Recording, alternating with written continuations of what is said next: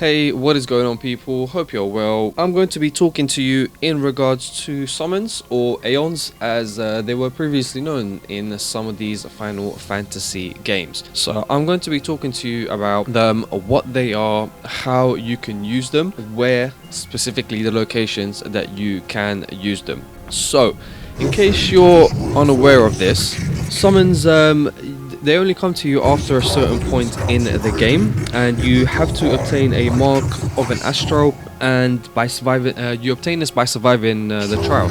Once you've done that, you're able to then start using the summons. Now the way you use them is that you have to hold the left trigger button. For me on the Xbox is the left trigger, and it comes up as a message whilst you're in a fight. Now there are certain requirements to say that you have to meet before you can use these summons, so what I'm going to do is go through them for each of the summons that you are able to use and explain the basis of that.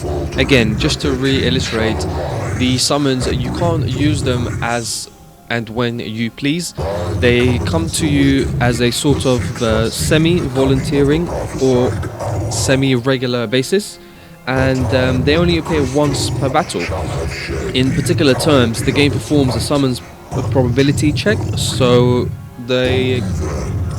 what that means is the game will check every 10 seconds whilst you're in battle to see if it will use one of these summons, or if it will allow you to use one of these summons or not. And once you have used these, the summons will go into a background cooldown, which then you won't be able to use until these have passed. So that's why it makes sense to save these big summons to boss fights and big fights that you really need some type of help with. So let's get started. Now in total in the game there are 1, 2, 3, 4, 5, 6 summons in total, and they are Leviathan, Titan, Shiva, Rahmu, Bahamut and Ifrit. Out of all of these, you can only really use 4 of them, and I will be going through those. So the first one is Titan, and the way you get him is at the end of chapter 4. Now the way you use him, there is a party condition factor for every single summon that you call. The condition for Titan is the more of your allies that fall in battle, the higher the chances that Titan will help you.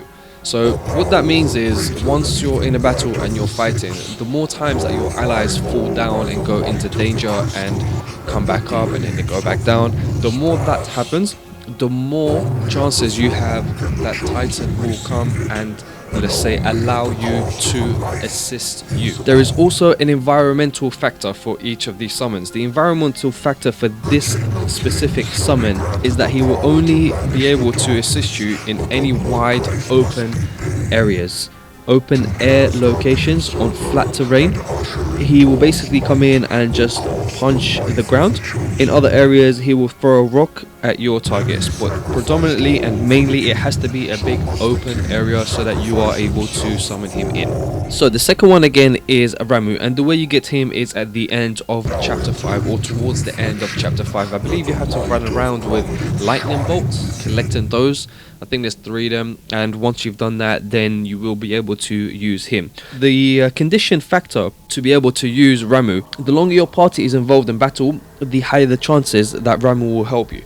So what that means is pretty self-explanatory. Whilst you're in a fight with a boss or anything or a monster, the longer that you stay in the fight fighting that person, the more chances you have that this specific summon will allow you to help him.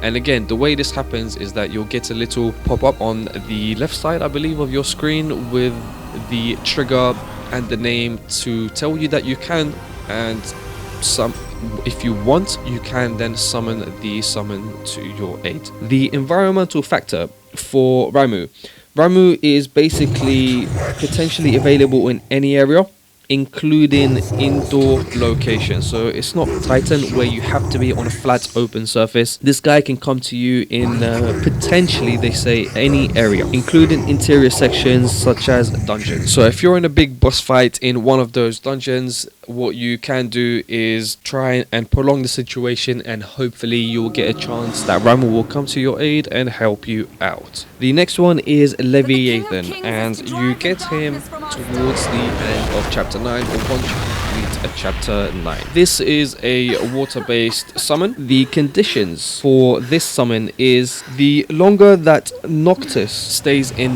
danger status, so whenever you're in danger on your health bar, when it runs all the way down and it turns into danger, the longer you stay, the longer Noctis stays in danger status, the more chance you have that Leviathan will come to your aid. Moving on to the environmental factor for Leviathan. Leviathan will be able to basically assist you in locations that are reasonably close to large bodies of water. So if you're besides any major lakes or seas or by the coast, that is the locations that you will be able to call upon Leviathan if Noctis stays in that danger status for a long enough period. The next summon that is available is Shiva. We all know Shiva is an ice queen or goddess. Spoiler alert, so Gentiana is Shiva. And the way you get Shiva is at the end of chapter 12. You will basically be on your way into a city on a train when the train will stop on its tracks and it will be frozen. Once you are there, that will be ending of chapter 12, and that is how you can unlock Shiva. So the party conditions, or the factor that Shiva comes into play, is that the way Shiva assists you is a combination of the summons probabilities of the other astrals. To be honest with you, I genuinely don't know what this means at the moment, and as soon as I find out anything else, I will be more than happy to share it with you guys. But if any of you guys know exactly the conditions that this is, please leave a comment down below to help us all out. Now, the environmental factor for Shiva is that she is basically available in any area or in any sizable area. And last but not least, we have my favorite, and I'm sorry if I pronounce this wrong, the way I say it is Bahamut, which I'm sure is probably incorrect. So yeah, the last one is Bahamut, or Bahamut, as some might also mention him. The way this summon is available, and once you get to see him, is in chapter 14.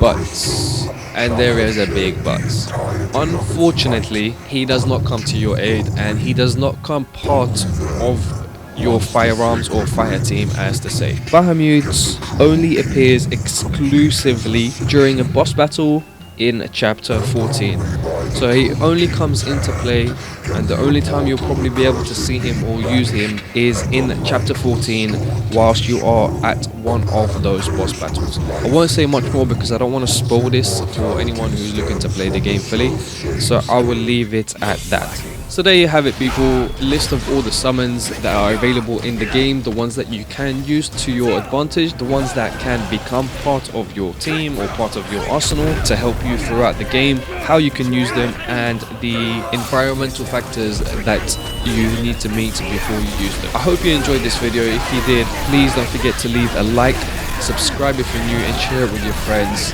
Make sure to leave a comment down below, and hopefully see you on the next video. Take care, guys.